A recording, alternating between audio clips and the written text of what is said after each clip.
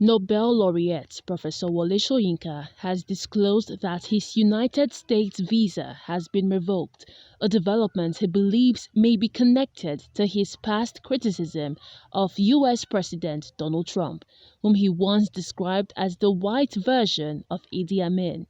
Speaking at a media party held at Kongi's Harvest Art Gallery in Lagos, Soyinka clarified that he bears no grudge against American citizens but criticized the U.S. administration's policy, citing its hostile immigration stance towards Africans while showing leniency to white South Africans, calling such acts a symptom of a world sliding into moral decay.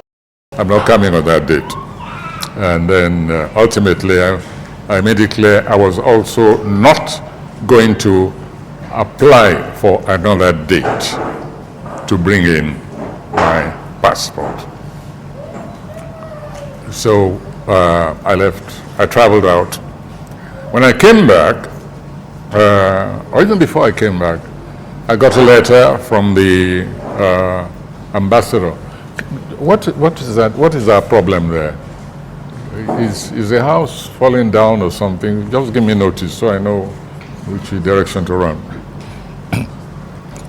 So I got a letter from the ambassador. Very nice letter, very courteous. I wish always to stress this, that I have absolutely nothing against individual citizens as citizens of any nation. This is an issue which concerns the government. I have continuing good relationship with members of the consulate, the embassy.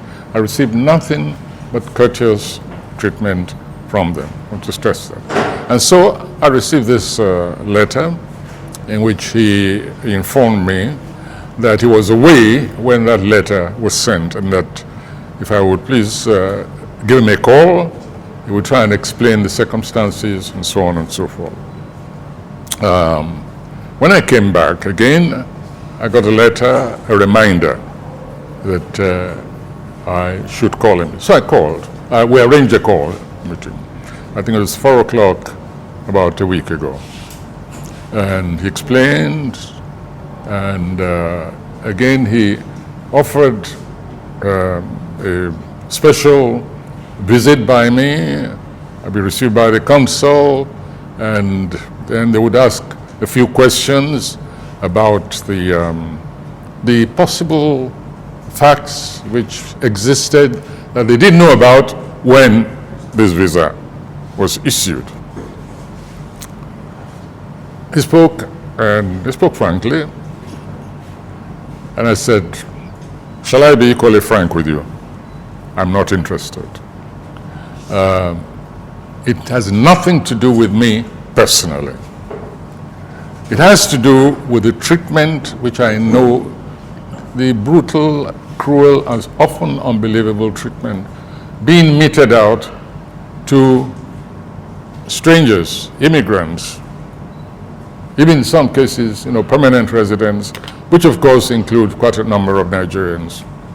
I know of a number of Nigerians who were turned back, who live in the United States, who've lived there all their lives. Some of them have businesses. They have grown-up children, families who are even citizens of our country, but who just left in the normal way to visit home, and then found at the airport they weren't allowed to get on that plane. Because in the meantime, either their visas were under examination or had in fact been revoked, but they were not allowed to go back there, etc., etc. I don't want to run into the, you all know what's been going on. It's all over the media. You have friends, you have families there. So I said, it's not about me. I'm not really interested in going back to the United States. I said, but a principle is involved.